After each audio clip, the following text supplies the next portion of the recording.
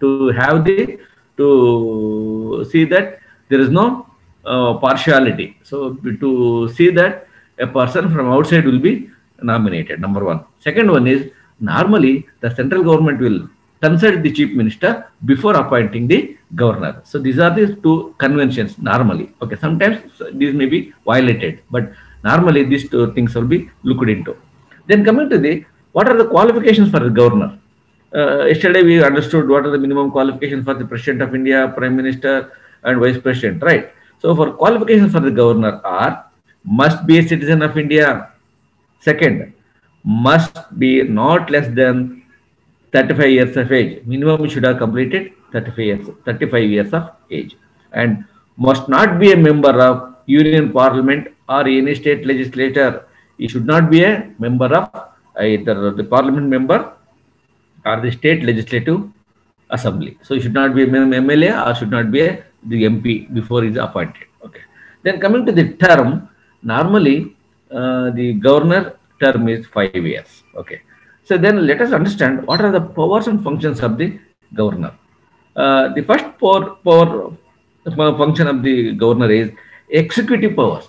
See, executive powers, the powers covering the subjects like the state, concurrent list. The powers arising out of these lists are exercised by the governor with the aid of advice of the Council of Ministers. So here, please make it a point. Executive powers means appointments. Appointments like it may be like MLCs, okay, High Court members, High Court judges, like that. These are called executive powers, appointments. Okay. The second type of power is legislative powers. Legislative powers, nothing but making the rules or policies. That is the legislative. Okay. It may be nominate. He may nominate 1 or 2 Anglo-Indian members to the assembly if they are not adequately represented. He may nominate to the legislative council persons for their contribution to science, literature, social service, etc.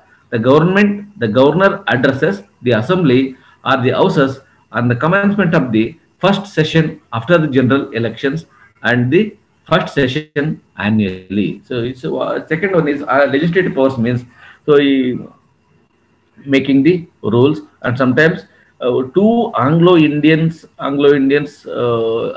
need to be appointed as a MLAs if there is no adequate representation from that community. Okay. Third function is financial powers. It causes the annual budget of the state and report of the Auditor General to be placed in the state legislature for consideration or enactment. So financial powers means, so they will be auditing what are the expenditures incurred, okay, and what is the source of income, and how the money has been spent, and what are the things on which the money has been spent will be looked into. That's called financial powers. Fourth type of power is judicial power. Here, the governor is consulted by the president in appointment of judges of the state high court. He has the power to grant pardons, reprieves, and remission of sentence or punishment of any person. Sometimes the governor has powers to minimize the sentence. Okay, if the person is jailed for 6 months, instead of 6 months, he can bring down to 3 months, like that. So he may intervene in the judicial aspects, and the punishment may be bring down. Okay, that is the judicial power. And the fifth power is emergency powers. The governor reports to the President of India when a state cannot be carried on the accordance with the provisions of the Constitution. See, if everything going according to the Constitution in the state, you need not to worry. If anything goes against the Constitution, there is a deviation from the Constitution, immediately you will refer to the President of India, and the President of India can impose emergency. The sixth important function is discretionary functions. Discretionary functions means choice of chief minister in case of absence of single party majority in state assembly. If no party has got absolute majority, in that cases, suppose if there are 3 parties, no party has claimed absolute majority. That is the case, you can call any one of the person from these parties, and he may be he may be chosen as the chief minister, provided the governor has confidence with him that he will going to prove his majority, right? So that is the first under the discretionary function. Second one is under discretion function is dismissal of the ministry. The governor can dismiss the ministry of the state. And third function, dissolving the assembly. He can dissolve the assembly and announce the elections. Okay. Fourth, seeking information from the chief minister. Seeking information from the chief minister. Sometimes, if the government is not doing well, then the governor will call the chief minister and he asks the explanation for his misconduct or inefficiency. Suppose now take the example of the COVID pandemic. See, many people say that there is no bed, hospitals are filled with the patients, and oxygen is not available. Such is the case. The governor can call the chief minister of Karnataka and he may ask for explanation why he has failed to furnish all these facilities. Like that, the governor may call chief minister for his answer. And fifth, dissent to a bill passed by the legislature and sending it for reconsideration. Sometimes the assembly or legislative council or legislative assembly may pass the bills and send it for final approval of the governor. Okay, during that time the governor may send it back for reconsideration or for some changes or for some other rectifications. So see, the rule will be final after approval of the governor, right? So until governor signs it, it will not be a rule. So once the signature is done by the governor, then it is called as a bill or rule. Okay. So sometimes the bill may be sent it back to the government saying that some of the modification need to be done, like that. If there is a modification to be done, if there are some obstacles, if there are loopholes, mistakes, drawbacks, if it's in the rule, so those things will be send it back for reconsideration. That is the dissent to a bill passed by the legislature and sending it for reconsideration. And sixth one is reserving bills passed by legislature for assent to president. Sometimes, if it is so much of controversy, you will refer the bill to the President of India and you will get approval by the President of India. It is only under certain situations where if there is so much of complications, so much of complexity, that is the case, you will send the bill to the President of India for his approval. And last one is under discretion functions, advising President on the declaring emergency. If the state government, if there is an emergency or if there is a failure, see, there are 3-4 conditions under which the state may be imposed president rule. What are the conditions? If there is a financial crisis, if there is an internal rebellion, if there is a war, or if there is a constitutional breakdown, such is the case, the governor will recommend president rule or emergency to the President of India and get the approval. Okay. Then coming to the second important part in this state government is the chief minister. The chief minister of a state is the most important member of the state council of ministers. The success or failure of the state government depends upon him. He is the real head of the government of the state. His leadership determines the welfare of the people of the state. He occupies a pivotal position in the politics of the state. His position in the state is comparable to that of the Prime Minister of India. So as we yesterday studied the powers and functions of the Prime Minister, similar way, same kind of powers he has, the Chief Minister has in the state. The Article 164, okay. The Article 164 has empowered the governor to appoint the chief minister. You see, the governor will appoint the chief minister, that whoever having the majority of the MLAs, so you will become the chief minister. Usually, the leader of the majority party in the legislative assembly who should be appointed as the chief minister. See, as you know that in Karnataka, 224 seats are there, assembly seats are. Whoever enjoys the majority of 113, whoever enjoys the 113 MLAs, he will become the chief minister. Okay, let us understand what are the powers and functions of the chief minister. Number one is powers and functions. Number one is executive powers. So constitutionally, all the executive powers are vested in the governor, but in practice, these are exercised by the chief minister.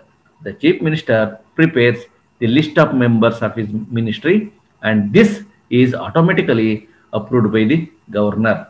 This is the first and foremost of the functions of the chief minister. That means to say, he will form the cabinet. That is the first and foremost function of the chief minister.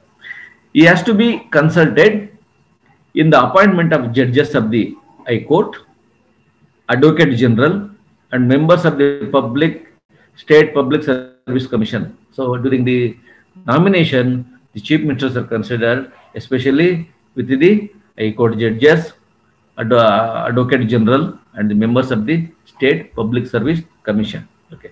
He is the chairman of the state cabinet. He presides over the meetings, determines his agenda and procedure. So these are all called executive powers. Then second type of function is legislative powers. The chief minister plays a major role in formulation of government policies, legislations, and other decisions. No bill can be introduced in the assembly without his knowledge or permission. That means to say, all rules, all bills has to go through with chief minister. Without his knowledge, without his permission, nothing should come out of the assembly. That is the legislative powers. Third type of powers is leadership of the state assembly. Being the leader of the majority party in the assembly, the chief minister is also the leader of the house. All the members of the house look at him for major announcements of policy and clarifications. So each and every member look for his major announcement. Today you may be knowing that, see, the Stalin, the chief minister of the Tamil Nadu, today is declared 4,000 rupees for families during the pandemic, during the lockdown. So he has announced.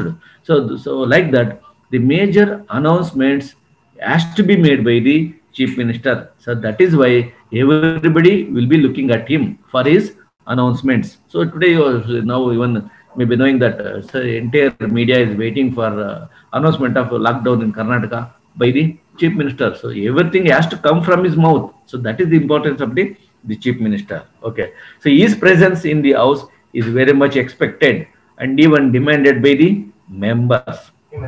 And fourth important function of chief minister is financial functions. The chief minister plays a leading role in financial matters of the state.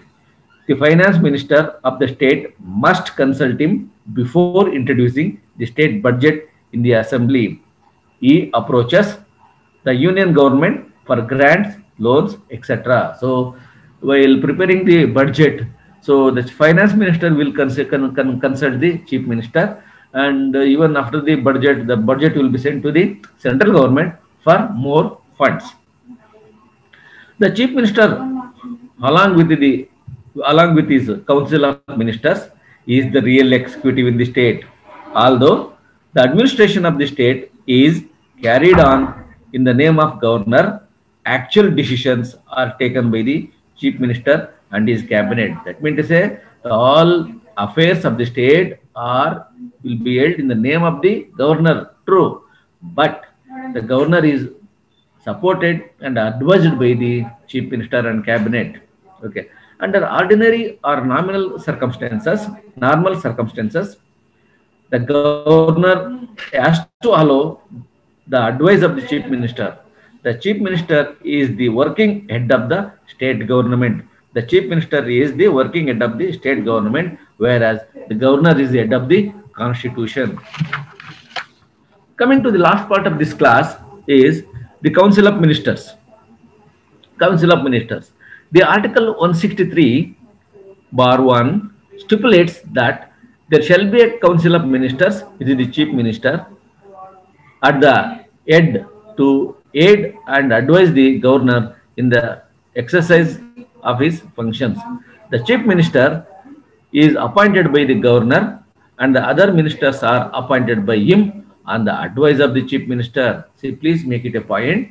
The chief minister is nominated by the governor, okay, and the cabinet is formed, okay, and the cabinet ministers are appointed by the governor on the advice of the chief minister. So that is the important, okay. Normally appointment is made by the governor, but the governor make appointment on the advice of the chief minister. That means to say, whomever the names given by the chief minister, those will become the ministers. That's the meaning, okay. All ministers must be members of assembly. If not, they must get elected within 6 months of the appointment. Suppose one person is defeated in the election, he has not become the MLA, right? He can be made as a minister provided within 6 months he has to win the election. So that is the meaning of it.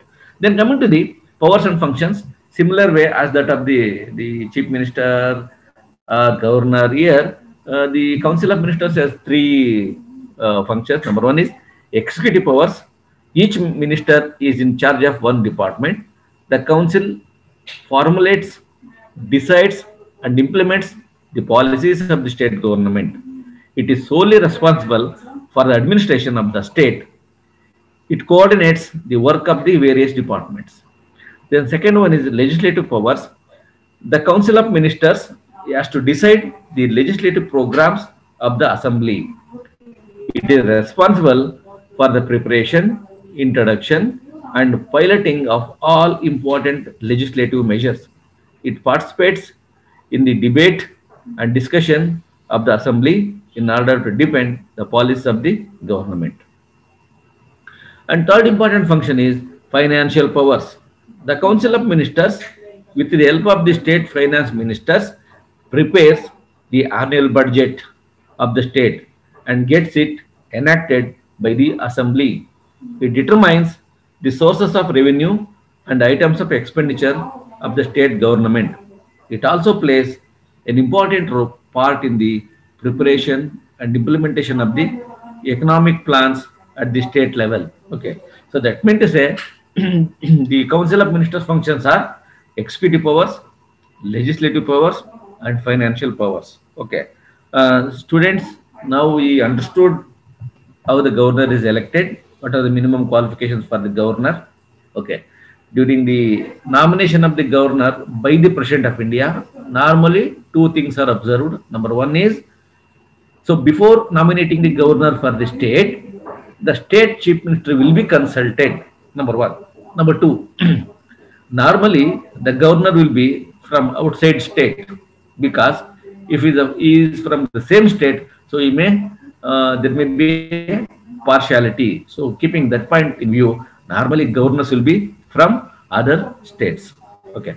Then we understood what are the powers and functions of the chief minister, how the chief minister is elected. Okay. Then last part is the council of ministers. So that is called the cabinet. The first and foremost function of the chief minister is to form his cabinet. Through his cabinet, he functions.